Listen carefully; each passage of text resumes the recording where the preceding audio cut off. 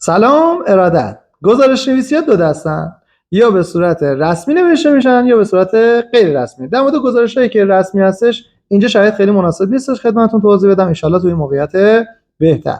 اما گزارش های غیر رسمی همین بس که به خاطر نظم شخصی به وجود میاد، شاید کسی ما رو مؤاخذه نکنه یا اینکه کسی از اون گزارش ها رو نخواد، به خاطر نظم شخصی خودمون داریم می‌نویسیم که خیلی هم مرسوم هستش تو جامعه. ولی نکته اصلی که بایستی همه گزارش‌ها رعایت بکنن اینه که بایستی 100% واقعی نوشته بشن. این گزارش مثل آینه است. این تعریف منه. گزارش‌ها مثل آینه.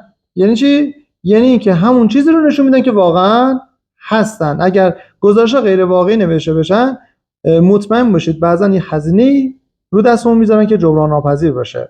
در مورد گزارش کاری خودمونم خدمتتون توضیح بدم اینه که ما یه چالشایی رو تو این یکی دو هفته گذروندیم.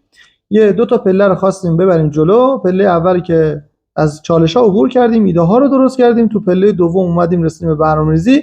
یه ویدیو فردا خواهم گذاشت در مورد اینکه من از یک نموداری استفاده می‌کنم به عنوان نمودار ژاپنی که خدمتتون توضیح میدم تو ویدیو فردا، و قصد دارم که از پله بعد از دو تا محصول خودمون رونمایی بکنیم و این گونه در خدمت شما سروران عزیز باشیم.